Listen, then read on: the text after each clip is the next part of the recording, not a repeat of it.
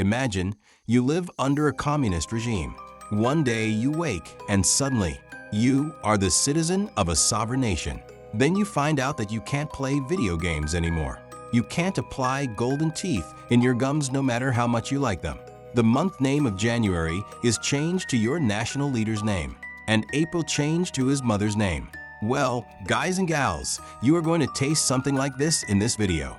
Set your seatbelts firmly because this video is going to be a roller coaster ride of the strangest stuff you can imagine happening to a country.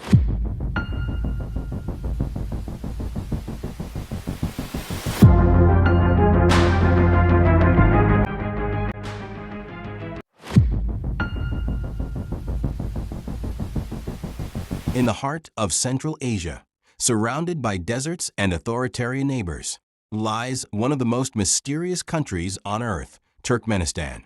Most people know almost nothing about it. Foreign journalists are rarely allowed inside the country. Internet access is heavily controlled, and independent media barely exists. Even travelers often struggle to obtain visas. Yet this little-known nation of around 6 million people sits on some of the largest natural gas reserves in the world. Despite this enormous energy wealth, Turkmenistan people live in extremely poor and harsh conditions, and Turkmenistan is ruled by one of the most unusual political systems on the planet. It is a country defined by secrecy, authoritarian rule, and one of the strangest cults of personality in modern history. To understand how Turkmenistan became like this, we need to travel back thousands of years.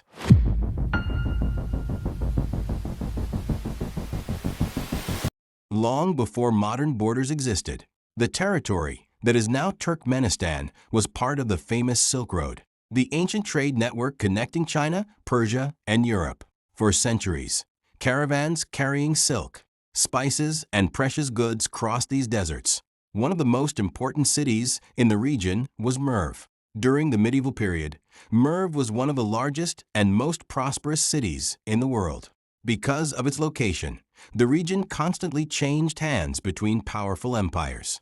Throughout history, the area was ruled by several major civilizations, including the Achaemenid Empire, the empire founded by Persian kings.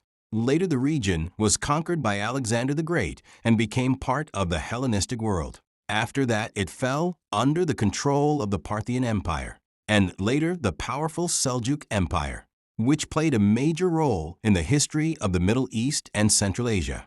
But one invasion would devastate the entire region. It was, I'm giving you a hint, most famous and one of the strongest and largest empires in human history, originated in Central Asia. 1, 2, 3, and time's up, guys and gals. It was none other than the Mongol Empire. In the 13th century, the armies of Genghis Khan swept across Central Asia. Cities were destroyed, populations were massacred, and entire civilizations collapsed. After the Mongol invasions, much of the region became dominated by Turkmen nomadic tribes who lived across the harsh Karakum Desert. For centuries, these tribes remained largely independent, with no strong centralized state controlling the territory. I mean, that's what tribes are meant for, right? But in the 19th century, the expanding Russian Empire began pushing south into Central Asia. This expansion was part of a geopolitical rivalry known as the Great Game, a strategic competition between Russia and, obviously, the United Kingdom. For the influence in Asia, Russian forces gradually conquered the independent Turkmen tribes. One of the most decisive moments occurred in 1881 at the Battle of Jiktepe. In this battle, Russian troops defeated Turkmen fighters after a brutal siege. Thousands of Turkmen defenders were killed. After this defeat, the region was officially incorporated into the Russian Empire. Russian administrators began building railways, military bases, and new settlements across the region. For the first time in centuries, the territory that would become Turkmenistan was firmly controlled by an outside empire. But an even bigger transformation would come in the 20th century.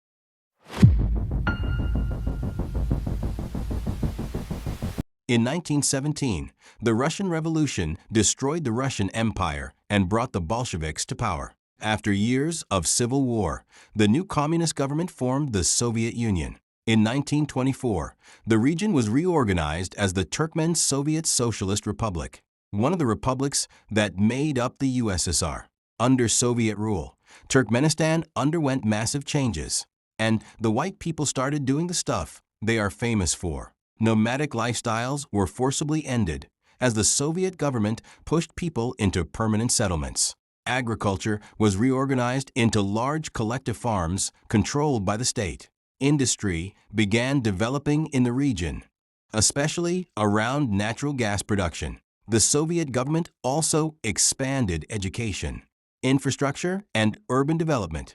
However, these changes often came with severe repression. Traditional tribal structures were dismantled, religious institutions were suppressed, and political dissent was harshly punished. These things continued, and Mr. Time was gradually passing, as if he was enjoying the script that how inhuman can humans be to their fellow humans. For nearly 70 years, Turkmenistan remained firmly integrated into the Soviet system. But by the late 1980s, the Soviet Union itself was beginning to collapse. And here comes the man who would dominate Turkmenistan's modern history.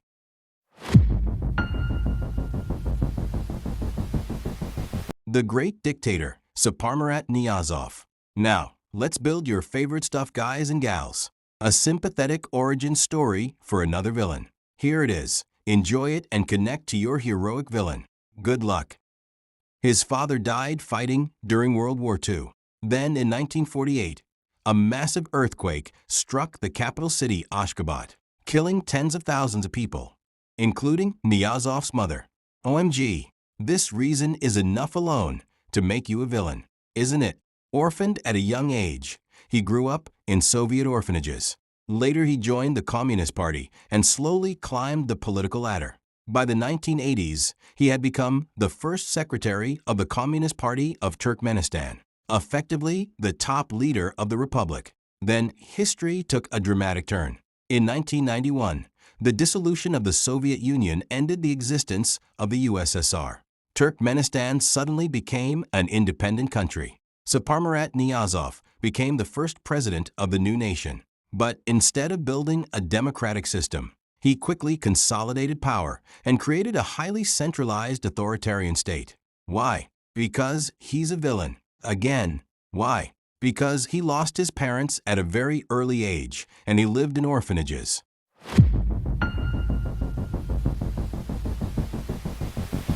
Soon after taking power, Niyazov adopted a new title for himself, Turkmenbashi, meaning leader of all Turkmen.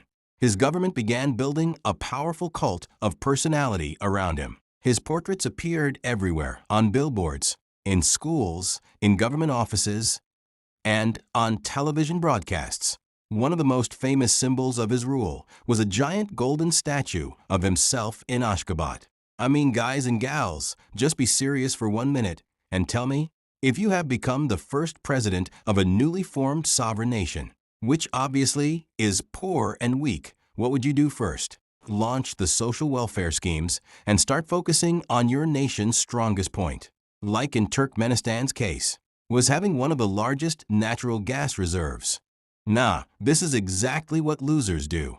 The real legends order the authorities to build their golden statue and let the poor citizens fudge each other. The statue rotated during the day so that it always faced the sun. Niyazov also wrote how can I put this professionally? Yeah, he wrote a philosophical book called the Ruhnama. This book combined history, moral teachings, and ideological messages about Turkmen identity. The Ruhnama became required reading throughout the country. Students studied it in schools. Government workers had to learn it, and even driving tests required knowledge of its contents. What good can a philosophical book do for a driver? Let me know, people. In many ways, the book became a central pillar of the state ideology.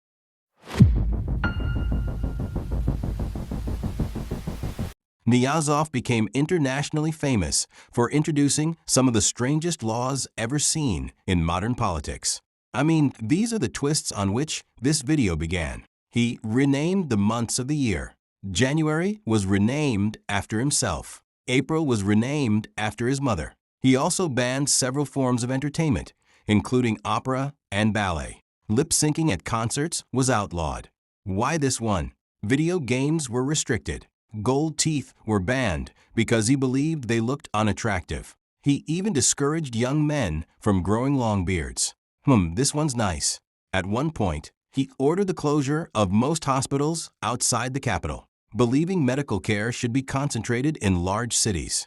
Meanwhile, massive construction projects transformed Ashgabat into a city filled with white marble buildings. Today, the city holds a world record for the largest concentration of white marble architecture in the world.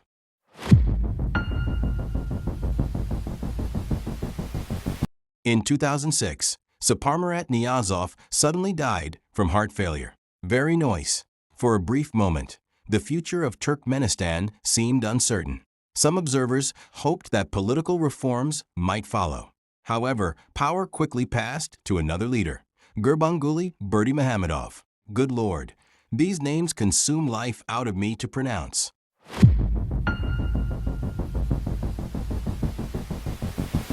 Berdimuhamedov became president in 2007. Although he removed some of Niyazov's most unusual policies, he maintained strict political control over the country. He also built his own cult of personality. State media frequently portrayed him as a multi-talented national hero.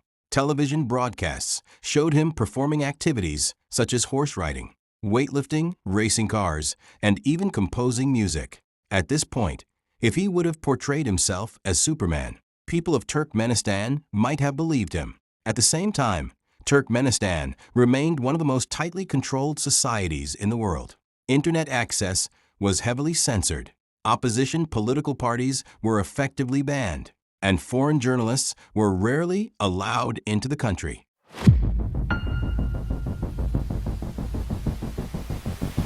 In 2022, power passed to, what's this? Oh God, these names. Power passed to Serdar Berdimuhamedov, the son of the son of Gurbanguly Berdimuhamedov. This transition effectively created a political dynasty. Today, Turkmenistan remains one of the most closed and secretive countries on earth. Despite possessing enormous natural gas resources, much of the population still faces economic difficulties. Meanwhile, the capital city continues building monumental architecture, enormous statues, and extravagant government buildings. To outside observers like you people, Turkmenistan often appears almost surreal, a country shaped by isolation, authoritarian rule, and one of the most unusual political systems in the modern world. Now be serious and tell me, what would you have done to build Turkmenistan from scratch when it initially formed? Also suggest topics on which you guys and gals want the next video. Take care, and imagine waking up in Turkmenistan until I'll bring the next video.